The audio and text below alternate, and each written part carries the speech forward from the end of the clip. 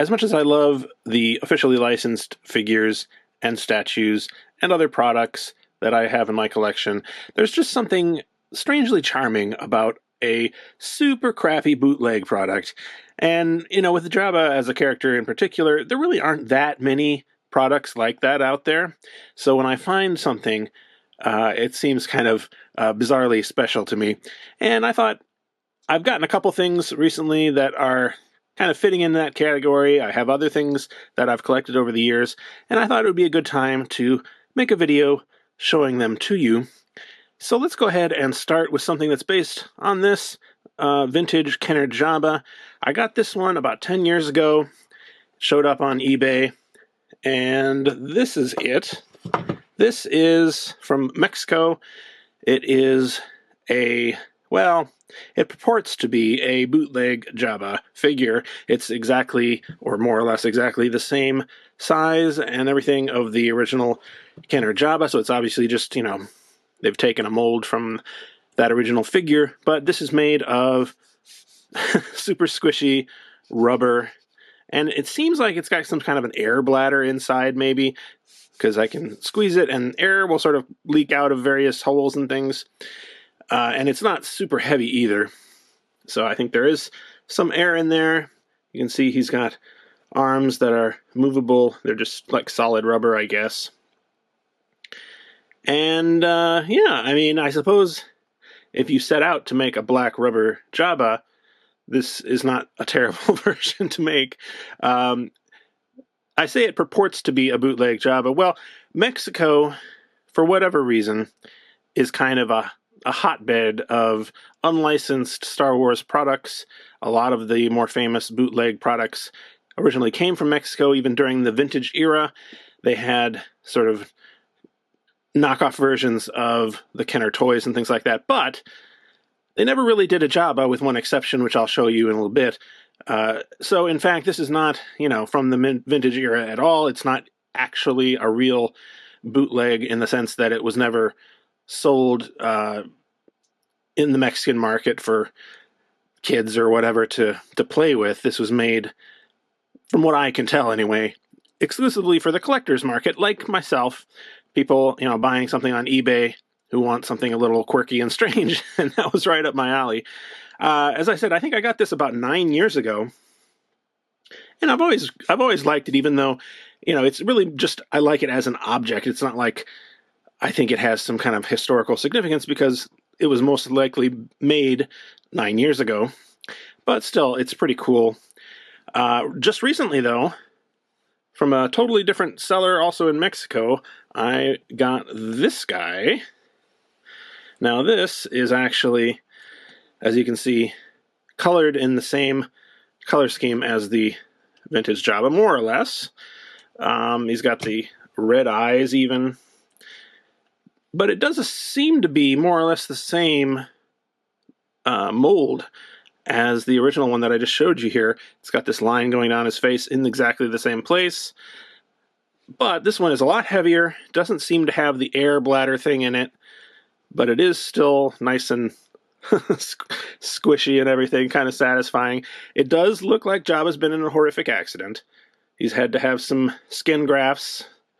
But yeah, there's something about this that I find particularly pleasing somehow. I don't know why.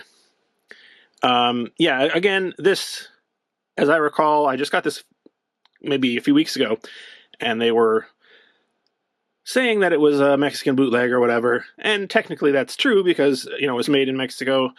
It is a bootleg, but it's not any kind of sort of historically significant bootleg. It's just something that they made for the collector's market. Still, I like it. I've seen these even just recently in other colors like red. I've seen, when I got this one, they had, I think, several other colors. They had green and red and so forth. So, if it's something that you're interested in, I think these were around $40. It's, on one hand, it's probably too much to pay, but on the other hand, I don't know. I think it's cool for something this large. There's a fair amount of work goes into making something like this. I wouldn't pay a lot of money for it, though. All right. Now, I said a second ago that they never made a vintage Jabba bootleg in Mexico, and that's not entirely true. They never made one that was based on the Kenner Jabba, though. They made something that was much smaller. Here we are. Now, I think I've shown this in a previous video, but it's worth bringing out again. This is actually a replica of a bootleg Jabba that did get made in the vintage era. It's very, very... the actual thing is very, very expensive for collectors. You know, I don't know, hundreds of dollars if you can even find one. And I think maybe that original one was made of metal or something, but this one is made of a kind of waxy plastic. He does have some articulation there in the arms. And, you know, this was not that expensive. Again, it was a situation where they're selling it as a Mexican bootleg, but it's really kind of a bootleg of a bootleg in some sense because it's not the actual original thing. I'm not even sure that this has any direct connection to the actual thing. It may just be that someone sculpted it to look like it. Still, I thought it was cool. And I also have this thing here, which is some packaging made to look vintagey. It's got, you know, Star Wars and Spanish there on both sides. But this is just a new, you know, a new header that's made to look old.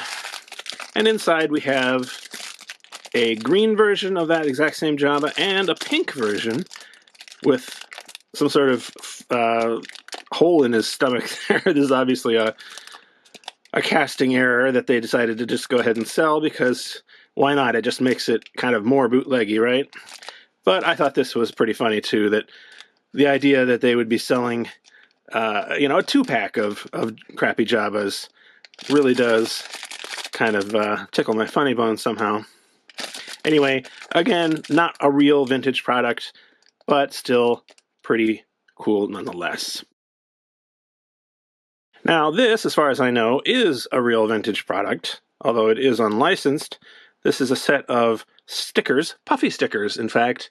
You remember Puffy stickers from back in the day? They're kind of like, have some thickness to them. They're made out of plastic as opposed to paper.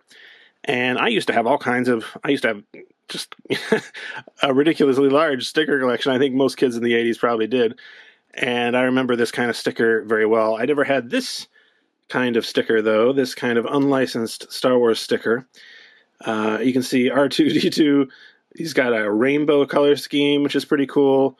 Jabba has some weird buck teeth and froggy hands here. Very strange. I really like this version of Jabba for whatever reason. Salacious Crumb is gigantic and also kind of weirdly off-model. I guess C-3PO is the most normal looking of these guys, although he does look like he's seen some things. Chewbacca, when I posted this on Instagram, lots of people said it looked like he was playing the bass in some kind of 70s rock band, which I can understand. And finally, we have Yoda, looking like he just got out of the bath. And he's got blue legs, I just noticed that. I guess he's wearing boots or something. Anyway, these are, as you may have guessed, unlicensed stickers from the vintage era, from some kind of, I don't know, it just says made in Taiwan. Some kind of company made this, but I don't really have any information about who exactly that was. But I find these very charming. Our next item here, I believe, is a vintage product, although I don't have any concrete information about who made it or when. It is both a keychain and a pencil sharpener, together at last. For all of your pencil sharpening needs, you can have this with a very rusty razor that's exposed just in your pocket. Sounds like a great idea for kids. This is, as you can see, made of plastic. The pencil sharpener is a separate piece, and then this is sort of glued onto it. They had several different characters, actually, but we're going to look at Jabba first here. This is Jabba and Leia, sort of...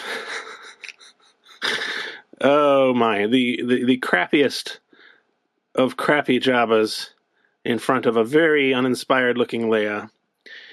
You can see his hand here is kind of the most basic hand you can imagine. Just got some lumps for fingers there all in a row.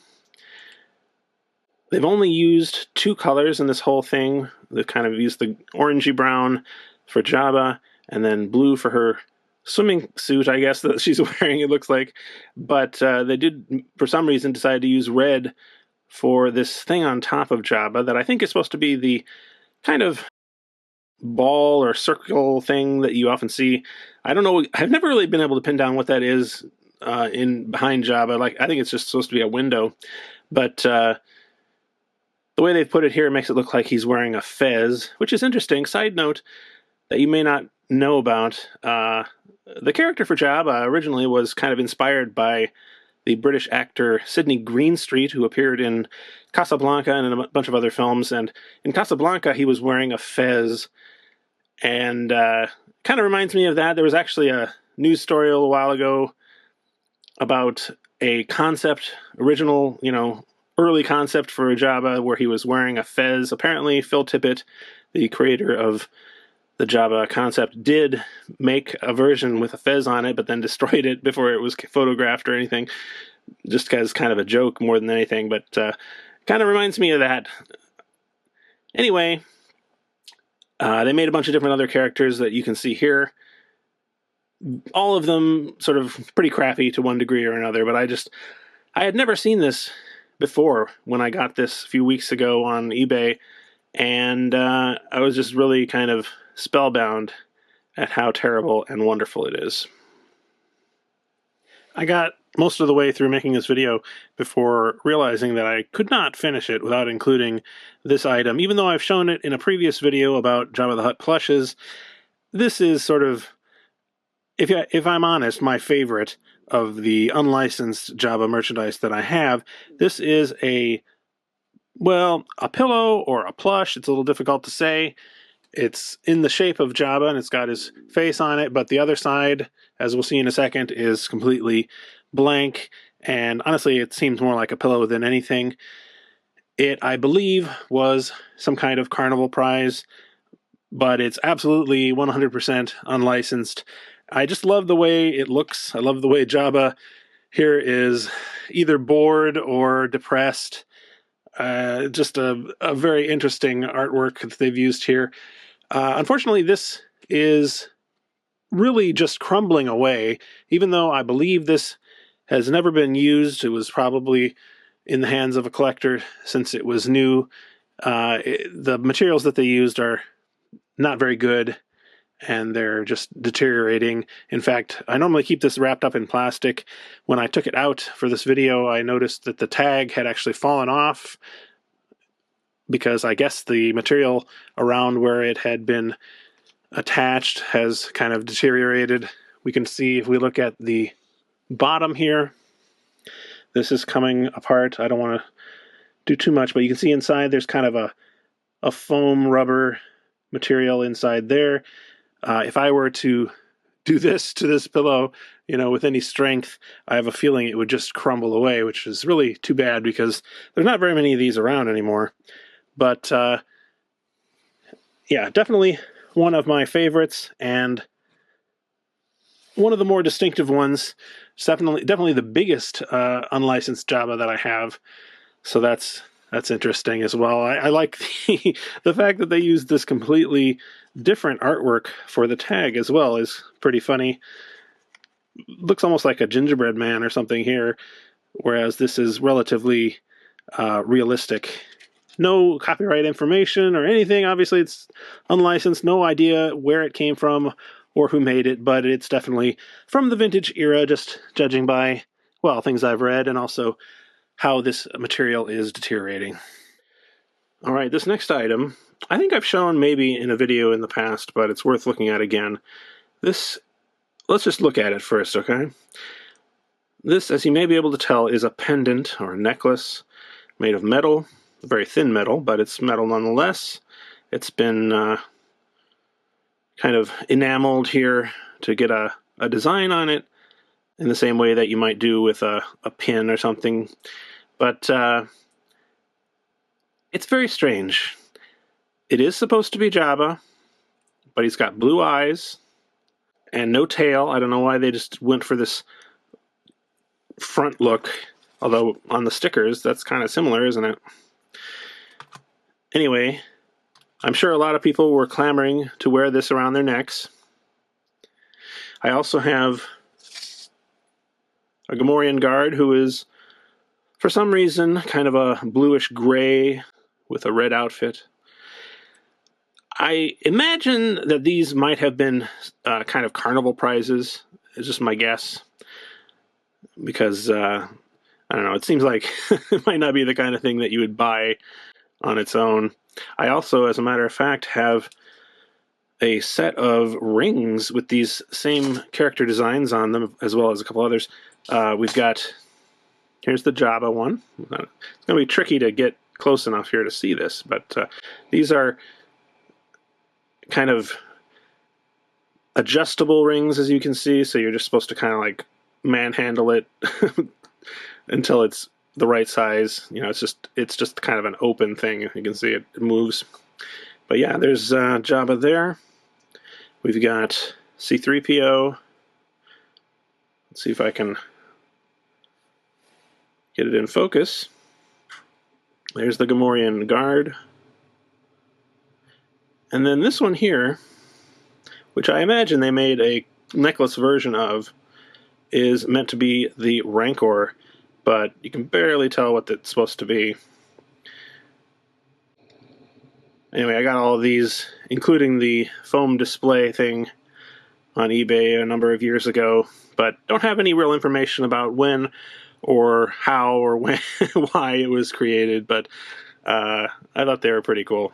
Our final item is something that I have shown on the channel years ago, but I thought it was worth looking at again. In fact, we're going to have to look a little closer to actually see it because it's so tiny. This is a set of figures from Mexico, once again, that I got with the help of someone from the Rebel Scum forums. They said that they had bought some similar figures at a little shop in Mexico and said that they would be going back and kindly offered to get me some. These are very tiny. They're kind of micro machine scale, I guess you'd say. I'm not even sure if I can get these in focus, but look at the detail on this Gamorrean guard, for example. Very impressive. And then we have what is essentially a full recreation of the vintage Kenner Jabba playset, but Jabba himself is a lump of metal. I'm assuming some kind of lead or something like that, but yeah, I mean, clearly handmade, but also has a lot of heft to it. We've got Salacious Crumb, the tiniest Salacious Crumb in the world, perhaps. Look at that. Also made of metal. And then the actual throne itself appears to be resin of some kind. Cast, I suppose, poured into a mold. But then they've also used some transparent resin of some kind to recreate these glass portions, and I just find this incredibly charming. So, I mean, it just goes to show you that while, you know, realistically these are not really all that well made, I really think they're adorable, and I really like that these kind of things exist alongside the nicer, higher quality licensed collectibles. Well, I hope you enjoyed this look at some of the less legitimate Jabba collectibles in my collection, shall we say. I find them really quite fascinating. Thanks for watching, and I'll see you again soon. This video was made with the help of my Patreon supporters, including these Palace VIPs that you see on your screen right now, Angelica Brady, and Jesper Murtu. Thank you all very much for your support. If you'd like to know how you could support the channel, you can check out the link in the video description.